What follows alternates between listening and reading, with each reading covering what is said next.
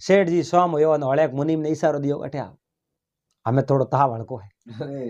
वो कहीं लाख रुपये कहो मोन्यो अरे के नाम ही मतलब थे उन दके तो हम के रुपये रो नाम लियो तो अपन आवने मो दई प्रा अरे जेल में दई अरे अन रिश्वत खावणियो आदमी है को हम के आदमी कोई बीजो छे अरे सा तो कौन करनो कौन को थे मिलो कन अरे अरने स्वाम रो समय होयो सेठ जी जान कोतवाल साहब ने प्रणाम किया अरे एन कोतवाल साहब भी प्रणाम किया सेठ जी के थे भला आया बहुत बढ़िया काम कियो अरे एन सा पानी बीजा पीना एन थोड़े हारू मैं मुर्गा बीजा कटाऊं थोड़े जो अच्छो अच्छो भोजन बनाऊं अरे के सेठ जी थे महाजन हो एन मुर्गो रो नाम मत लो अरे एन मैं भी तो शाकाहारी हूं अरे भोजन मारे कीड़ो है सा मारे पीवड़ी है मैं तो थोड़े हिसाब लेने वास्ते आयो अरे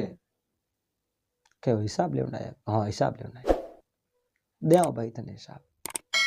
आवे सेठ जी डग डग डग तुझे हेटाबो मैं तने हिसाब दूं